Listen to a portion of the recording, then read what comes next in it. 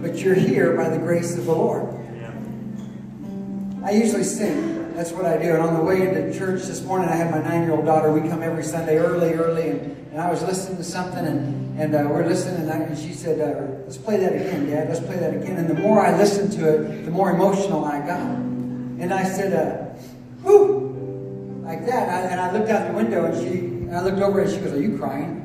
And I said, I am crying. She said, well, you better pull it together. We're about to get to church. She's 9, but she's going to make an incredible wife one day. And I was trying to figure out, listen, I more than anything in life, you have to understand that because of my past and where I came from and the way that I used to be and where I am today, I want, my passion is burning hotter and hotter for people to get to know the same Jesus that I know. Because he pulled me up so much higher than what I deserve. And every time I get into the house of God, every time I get into his presence, every time that we're in the car and we're driving, all I can think about is, you made a way. When my back was against the wall, and it looked as if it was over, Lord, you made a way. Now I'm standing here only because you made a way. Come on, can anybody else identify with it? Say, you made a way. That's it. When my back was against the wall, and it looked as if it was over, you made a way.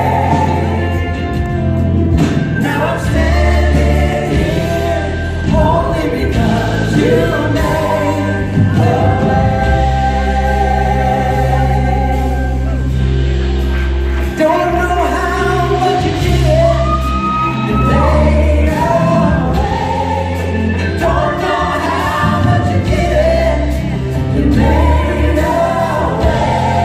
I don't know how much you did, you made a way. I don't know how much you did, you made a way. Now I'm standing here only because you made a way.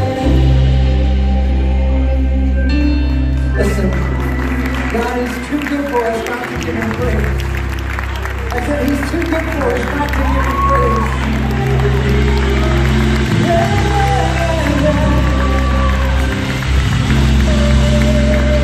Say, you made a way.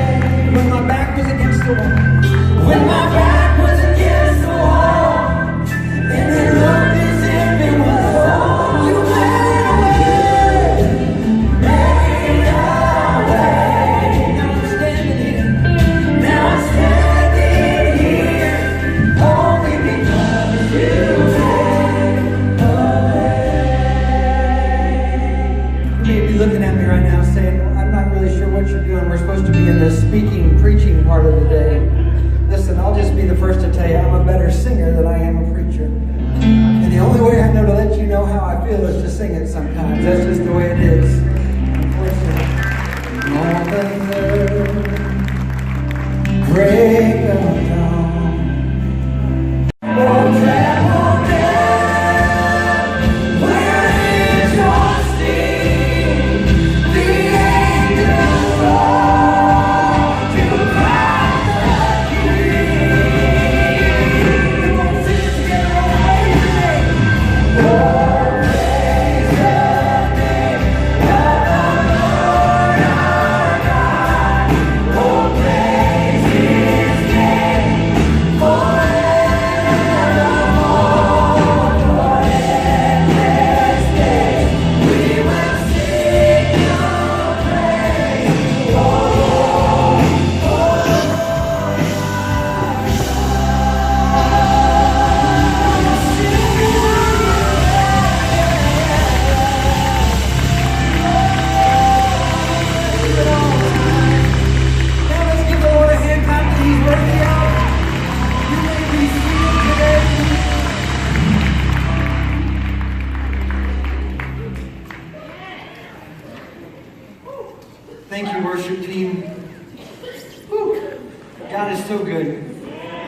said, God is so good. I keep saying this over and over again. I wanted to look at my daughter and she said, are you crying? I wanted to say, do you know where I used to be and where I am today? But it's less than perfect. Sometimes the greatest gifts that we have in our life is not wrapped the way we expect them to be wrapped. And that can be a real challenge for a lot of us. You're going to hear me over and over and over again today talk about the goodness of God. And the reason that I talk about the goodness of God is because I understand winning. And the reason I understand winning is because I have lost in my life. And winning becomes more valuable when you understand what losing is. And when you've gone through that process in your life, and I'm not just talking about a ball game, I'm talking about losing in life. Things that used to be and then things that are not. And so when you understand the grace of God, that's why I'm passionate about people coming to Christ. Listen, I love music, but music didn't save my soul. That's right. I love to lead worship. I love to play the piano. I love the piano, but the piano didn't die on a cross for me. Jesus Christ died on a cross for me. So if I never have a piano in my life again, I'll be all right. If I never have a voice to sing again, I'll be all right. If I don't have hands to raise or arms to raise, I'll be all right. Because I got a mind, I got a heart, I got intentions, I got my words, and I'll be all right because God says He will be with me no matter where I go, even to the ends of the earth. So I declare the goodness of God over our worship service. I declare the goodness of God over your family, over your life. Chris, I declare it over your life today. Battling an incurable illness, God can heal you, and I believe that with all I have inside of me. Saul, I believe God over your family. And Daisy, I believe God over your family. Ken and Tammy, I believe that God's going to rule over your family and over your home.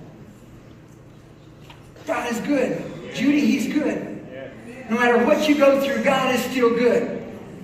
And you're going to hear me say it over and over again to the point when you leave today, you're going to say, well, I think he thinks God's good. Because I think it's easier in our culture and our society to focus on the wrong and not the right. I have evidence and proof of that. I have yet to see a news channel that their slogan is, here's the good news. Because we don't tune into the good news. We tune into what's wrong.